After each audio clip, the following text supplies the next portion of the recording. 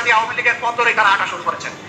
সমাজের সব ক্ষেত্রে তারা বেপরোয়া নির্লজ্জ দলীয়করণ করে দুর্নীতিকে তারা জাতীয়করণ করতে যাচ্ছেন।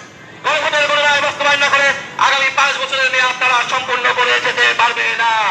রাইট। দেশের সরকার ঠিক উল্টো পথে যাচ্ছে। 24পন্থী জুলাইপন্থী জনতার জন্য একটা সুখবর। জুলাইয়ের অন্যতম শত্রু ভারতের টেস্টেড অ্যান্ড ট্রাস্টেড দালাল শাহাবুদ্দিন চুপ্পুর বিরুদ্ধে আইনি পদক্ষেপ শুরু হয়ে গেছে। বিএনপির ভিতরে যারা এসালামপন্থী তারা শাহাবুদ্দিন চুপ্পুকে বাঁচাতে বিএনপির মধ্যে এসালাম গুরু যারা আছে এদেরকে অ্যারেস্ট করো। বিএনপির মধ্যে তারেক রহমান এতে অ্যারেস্ট করো। এরা আপনার শত্রু, আপনার দলকে মানে নষ্ট করবে, হয়তো আমরা খুন করবে, গুলি করবে। দেখুন এই স্বরাষ্ট্রমন্ত্রী সালাউদ্দিন ডেঞ্জারের ডাকাত। এই সালাউদ্দিন খুনি হাসিনার পক্ষে, এসালামের পক্ষে। হারামজাদা এসালামের টাকা খাই খানকির ফলা মানুষের জনগণের বিপক্ষে গেছে জানোয়ারের বাচ্চা। এরা এরেস্ট করুন, এর পদত্যাগ করি। বিএনপির মধ্যে আর ভালো লোক নাই, এদের মধ্যে একজন বসাই দেন, স্বরাষ্ট্রমন্ত্রী বসান। এই জানোয়ার মানুষের বিপক্ষে, দেশের শত্রু, জনগণের শত্রু।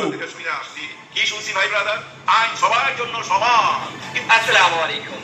আপনারা জানেন যে রাষ্ট্রপতি শাহাবুদ্দিন চুপ্পু পদত্যাগ করেছে।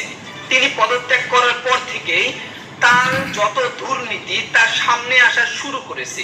যখন তার এই দুর্নীতি সামনে আসা শুরু করেছে, তার বিরুদ্ধে সাধারণ জনগণ মাঠে নামতে শুরু করেছে। কিন্তু এই দুর্নীতির বিরুদ্ধে কোনো প্রকার কথা বা কোনো প্রকার পদক্ষেপ নিচ্ছে না। এই স্বরাষ্ট্রমন্ত্রী দুর্নীতির পক্ষে, খুনি হাসিনার পক্ষে, বাংলাদেশের বিপক্ষে, বাংলাদেশের 18 কোটির বিপক্ষে, বাংলাদেশের শত্রু, জনগণের শত্রু।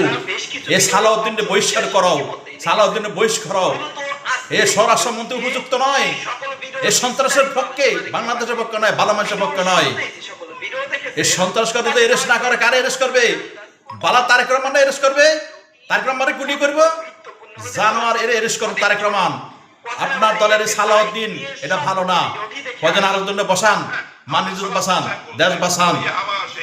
সবার আগে বাংলাদেশ সামনে নিতে বলছেন, সবার আগে বাংলাদেশ গড়েন।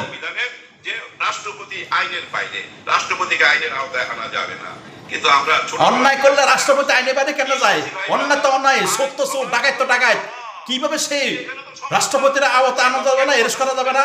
এর নবাব শরীফ বলেছে সালাউদ্দিন হাইমান তোর কোয়ালো হিসামার, তোর কোয়ালো দুঃখ আছে, তুই অল্প কদিনে থাকবি আর বেশি দিন থাকবি না রাষ্ট্রমন্ত্রী।